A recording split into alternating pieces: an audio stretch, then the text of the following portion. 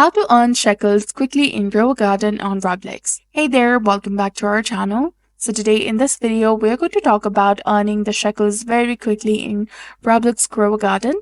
So first of all, you need to go ahead and plant the crops that give multiple harvests like blueberries, tomatoes, corn, apples, and dragon fruit. So these crops keep producing without replanting, giving you a steady income. And also use weather to your advantage. Rainy weather can give crops the weight mutation, making them grow faster and be worth more.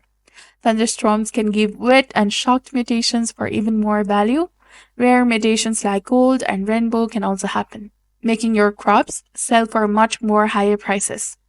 You can also use sprinklers to help your crops grow faster and get mutations.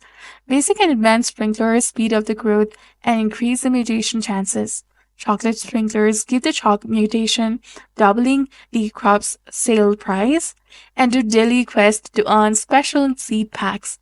This pack can have rare seeds that you can't find in the shop, giving you a chance to grow valuable crops. Now play with friends to get 10% cash bonus on crop sales. Use starter packs and codes to get extra shekels and resources. For example, the starter pack gives you 500 shekels and seeds to get started.